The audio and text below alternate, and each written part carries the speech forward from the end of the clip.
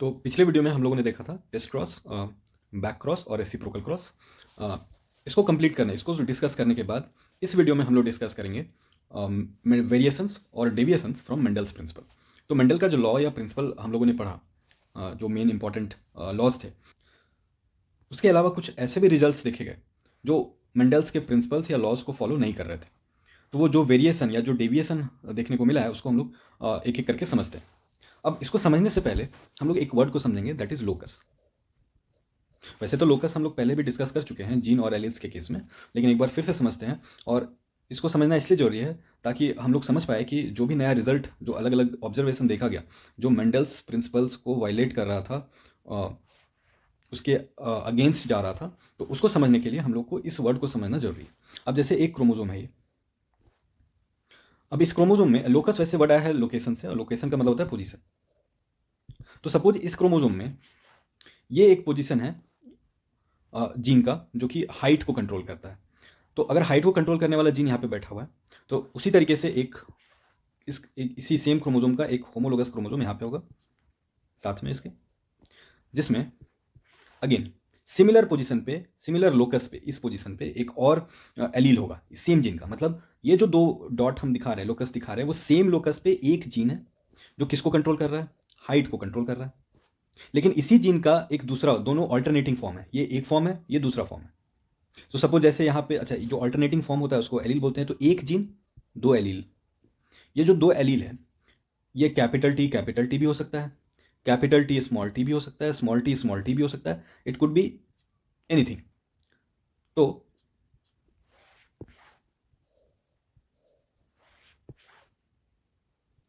ये दो जो पोजीशन कहलाया, ये पोजीशन, ये एक्चुअली सेम लोकस कहलाया। इस सेम लोकस पे एक जीन है जिसका दो ऑल्टरनेटिंग फॉर्म है, जिसको हम लोग एलील के नाम से जानते हैं, यानी दो एलील है। अब अगर ये दो एलील या एक जीन के, ये जो एक जीन का दो एलील है, इसके बीच में अगर इंटरैक्शन होगा, तो इस तरीके का जो इंटरैक्शन होता है, इंटरैक्शन बिटवीन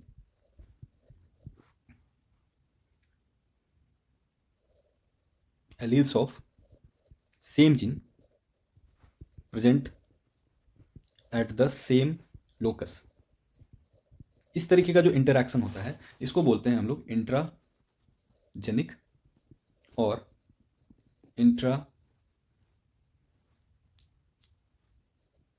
एलेलिक इंटरैक्शन।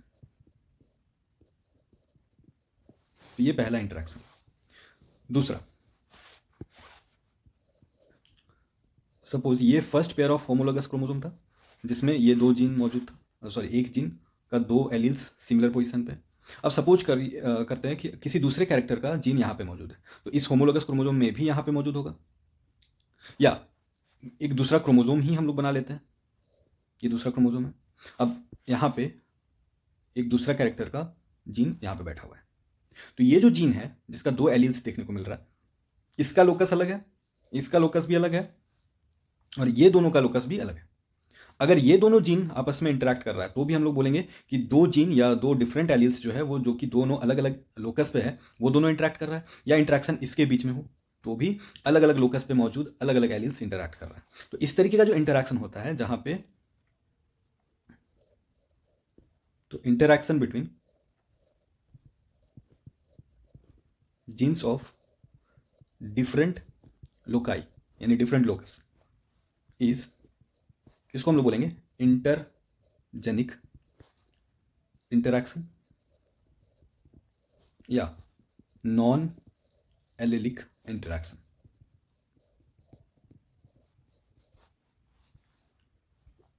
अब इसी दो इंटरैक्शन पे हम लोग देखेंगे कि इसी दो इंटरैक्शन पे बेस्ड वेरिएशंस, जो कि मेंडल्स का जो प्रिंसिपल था, लॉ था, उससे बिल्कुल अलग रिजल्ट दे रहे थे।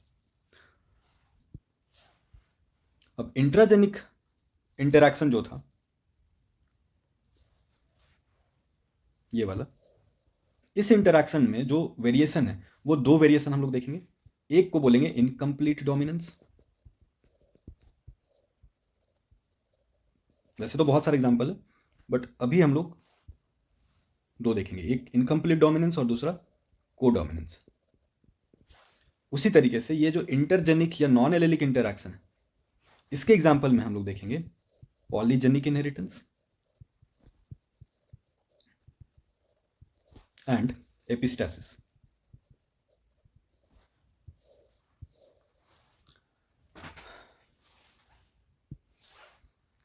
तो अब इंट्राजेनिक में हम लोग सबसे पहले देखेंगे, सबसे पहले हम लोग इंट्राजेनिक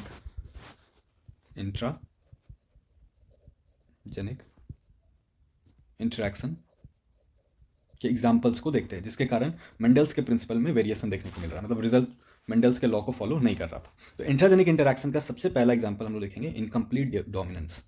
इनकम्प्लीट डोमिनेंस।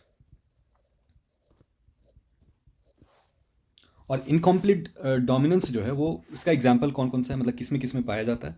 तो एक है हमारा मिराबिलिस जाल्पा, जिसको हम लोग 4 o'clock प्लांट भी बोलते हैं, पहला एग्जाम्पल। दूसरा एग्जाम्पल जो है वो है एंटीरिनम। दिस इज एक्चुअली, इसको कॉमनली डॉग प्लांट्स के नाम से जाना जाता है, dog plant, sorry dog flower. और एक और नाम है इसका स्नैपड्रैगन। और तीसरा जो एग्जाम्पल हम लोग देखेंगे वो एक बर्ड है जिसका नाम है एंडेलुसियन फाउल। तो ये जो तीन है, ये जो तीन एग्जाम्पल्स है लिखा हुआ है, तीनों में हम लोग इनकम्प्लीट डोमिनेंस को देख सकते हैं, जो कि मेंडल का प्रिंसिपल से बिल्कुल अलग है, डिफरेंट है इसका रिजल्ट। तो सबसे पहले हम लोग ये दो को देखेंगे, क्योंकि दोनों का जो रिजल्ट है वो लगभग लगभग सेम आता है, पैटर्न भी सेम है। तो पहले हम लोग मिराबिलिस जाल्पा और डॉग फ्लावर या स्नैपड्रैगन का क्रॉस को देख के समझेंगे कि वो कैसे मेंडल्स के लॉ को वायलेट कर रहा है। तो अब हम लोग इनकम्प्लीट डोमिनेंस को क्रॉस के मदद से समझने का कोशिश करेंगे। तो सबसे पहले हम लोग एग्जाम्पल लेते हैं मिराबिलिस जाल्पा का। तो मिराबिलिस जाल्पा में हम लोग, यानी 4 o'clock प्लांट्स में हम लोग देखते हैं दो तरह का फ्लावर होता है, दो कलर का एक्चुअली, एक रेड। और मेंडल बोला था कि हम लोग स्टार्ट करेंगे प्योर लाइन से, तो हम लोग प्योर लाइन से स्टार्ट कर रहे हैं। पहला रेड फ्लावर वाला प्लांट है, और दूसरा जो है वो है वाइट, वाइट फ्लावर। ये पेरेंट जनरेशन है। अब इसका जब गैमेट निकलेगा तो capital R, small R, this is gamete. इसका क्रॉस करवाते हैं,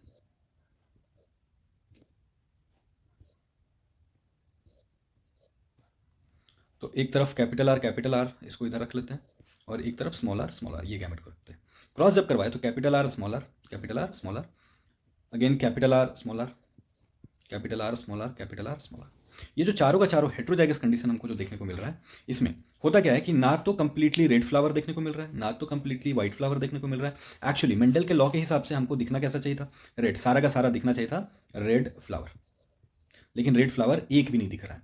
तो इसलिए हम लोग बोलते हैं कि रेड और व्हाइट ये एक्चुअली मिक्स हो जा रहा है और कुछ इंटरमीडिएट कलर देखने को मिल रहा है, दैट इज पिंक।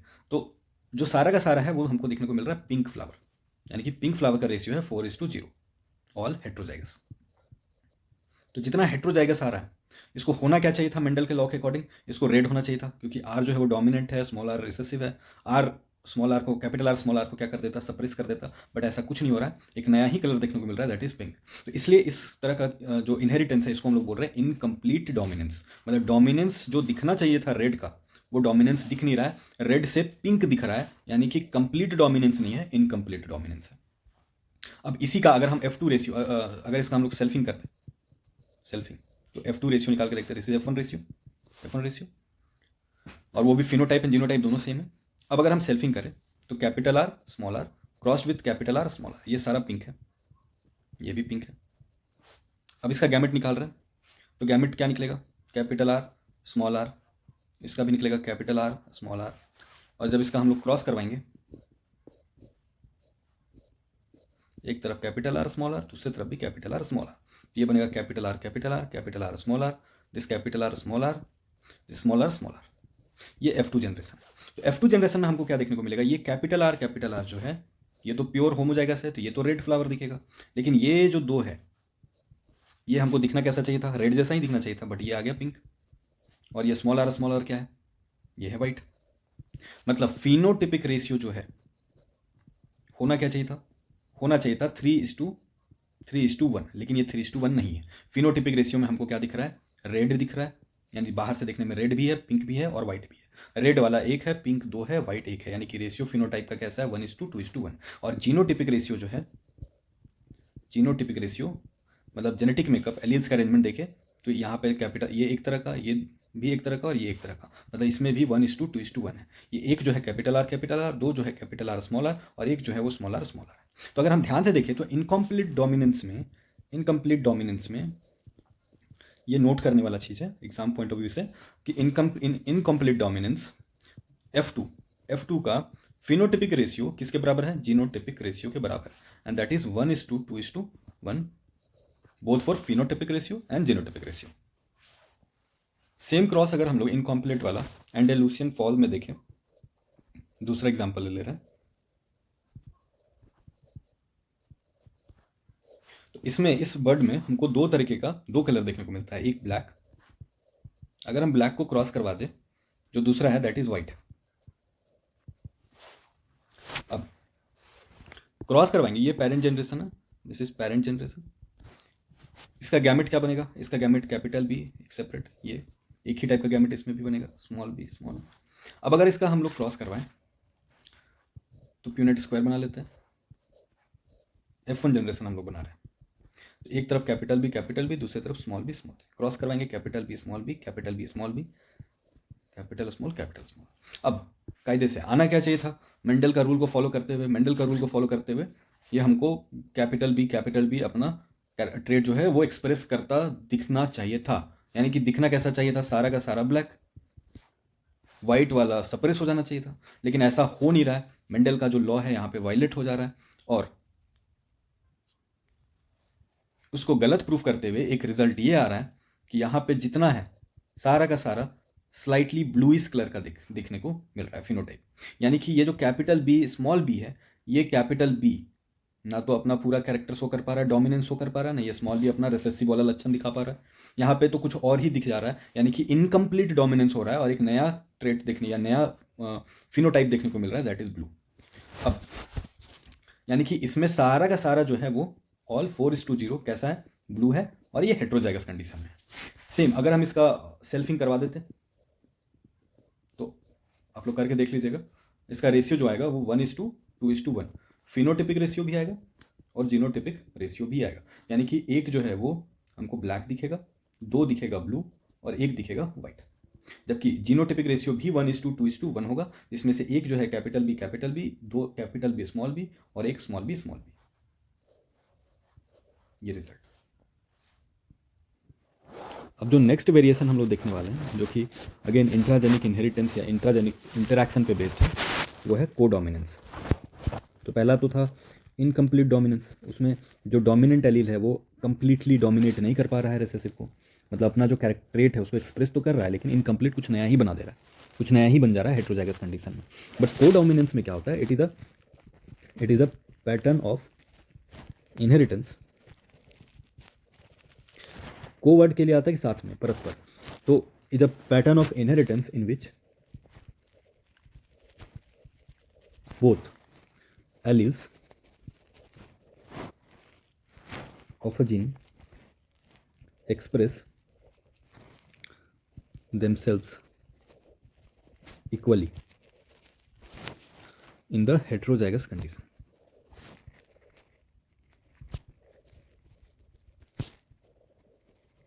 क्या मतलब भाई इसका, इसका मतलब ये हुआ कि सपोज कि जैसे कैपिटल ए स्मॉल ए, ये हेट्रोजाइगस कंडीशन है, तो हम लोग लॉ ऑफ डोमिनेंस के हिसाब से, मेंडल का लॉ के हिसाब से हम लोग ये समझते थे कि कैपिटल ए जो है ये एक्सप्रेस हो जाएगा और स्मॉल ए जो है क्योंकि रिसेसिव है ये सप्रेस हो जाएगा,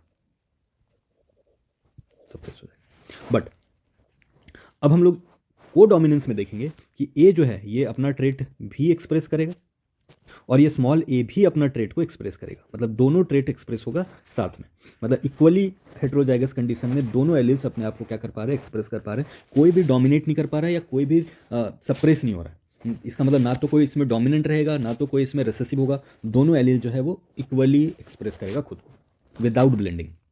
तो इसमें हम कह सकते हैं कि both alleles are equally dominant, both alleles are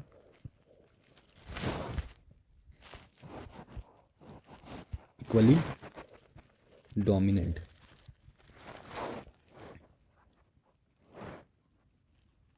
यानी कि एक तो इसमें इनकम्प्लीट डोमिनेंट जैसा किसी प्रकार का कोई इंटरमीडिएट फिनोटाइप का फॉर्मेशन नहीं हो रहा है, no intermediate phenotype is found. तो ये दो चीज़ का ध्यान में रखना है हम लोग को कि कोई नया कुछ इंटरमीडिएट फिनोटाइप देखने को नहीं मिल रहा। फिनोटाइप मतलब जो कैरेक्टर बाहर से देखने को मिले, मतलब बाहर से देखने में हमको कुछ अलग नहीं दिखेगा, हमको दिखेगा दोनों। जो कैपिटल ए ट्रेड को एक्सप्रेस करेगा वो भी दिखेगा, जो स्मॉल ए जो एक्सप्रेस करेगा वो भी दिखेगा। अब इसको चितकबरा बोल सकते हैं भाई। अब जैसे इसका एग्जांपल भी उसी का लेंगे हम लोग। इसका एग्जांपल में हम लोग देखेंगे कोट कलर्स इन कैटल्स।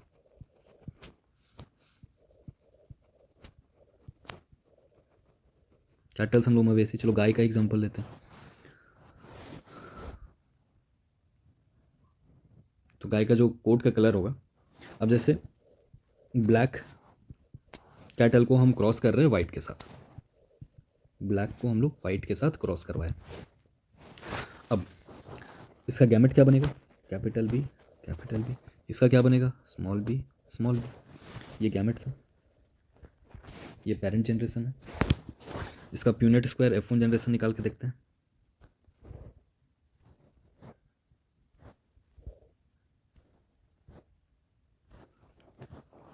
तो ये कैपिटल बी वाले को इधर रख लेते हैं और स्मॉल बी वाले को इधर रख लेते हैं।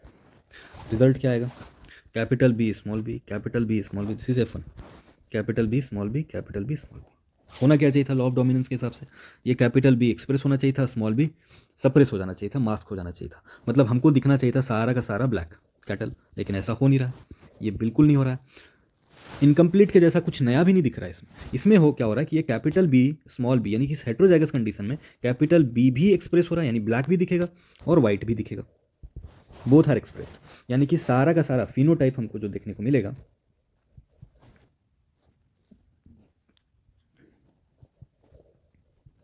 उसमें हमको कोट कलर कैसा, ब्लैक भी देखने को मिलेगा और वाइट भी देखने को मिलेगा।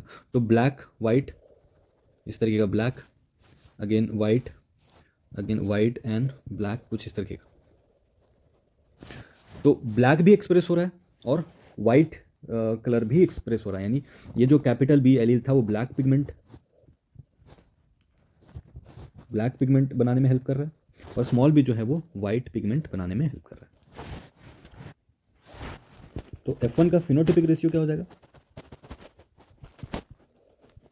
तो फिनोटिपिक रेशियो यहाँ 4:0 या 1:0 नहीं होने वाला, यहाँ इक्वली ब्लैक एंड व्हाइट देखने को मिल रहा है, मतलब 1:1 का ratio. Another example of codominance is AB blood group.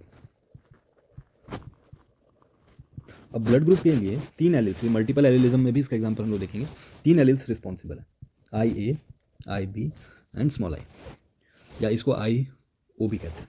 तो IA जो है और IB ये दोनों डोमिनेंट एलिल्स कहलाता है, जबकि IO जो है या I0 या I0 या सिंपल स्मॉल i, इसको हम लोग बोलते हैं रिसेसिव। अब सपोज किसी के पास ये दो एलील है IA और ये I0, तो IA जो है वो I0 के ऊपर एक्सप्रेस हो जाएगा। यहाँ पे लॉ तो फॉलो हो रहा है, यानी कि उसका जो ब्लड ग्रुप या उसका जो ब्लड में एंटीजन होगा वो A एंटीजन पाया जाएगा, क्योंकि A एंटीजन यानी कि ये जो IA एलील है वो अपने आप को एक्सप्रेस कर पा रहा है। यहाँ तक तो ठीक था, लेकिन जब हम लोग AB ब्लड ग्रुप को देखेंगे तो AB ब्लड ग्रुप के पास सपोज किसी इंडिविजुअल के पास IA और IB ये दोनों एलील्स मौजूद हो, अब दोनों का दोनों डोमिनेंट है और साथ में मौजूद है, तो उसके जो ब्लड पे एंटीजन बनेगा IA के कारण A बनेगा A एंटीजन, और IB के कारण B एंटीजन बनेगा। मतलब ये दोनों एंटीजन मौजूद है उसके पास, इसीलिए उसका ब्लड ग्रुप जो है वो AB है, क्योंकि A एंटीजन भी है और B एंटीजन भी है। मतलब IA भी एक्सप्रेस कर रहा है, IB भी एक्सप्रेस कर रहा है, दोनों इक्वली एक्सप्रेस कर रहा है, इसीलिए हम लोग बोलते हैं कि AB ब्लड ग्रुप जो है वो है को डोमिनेंट को शो करता है, शोज को डोमिनेंस।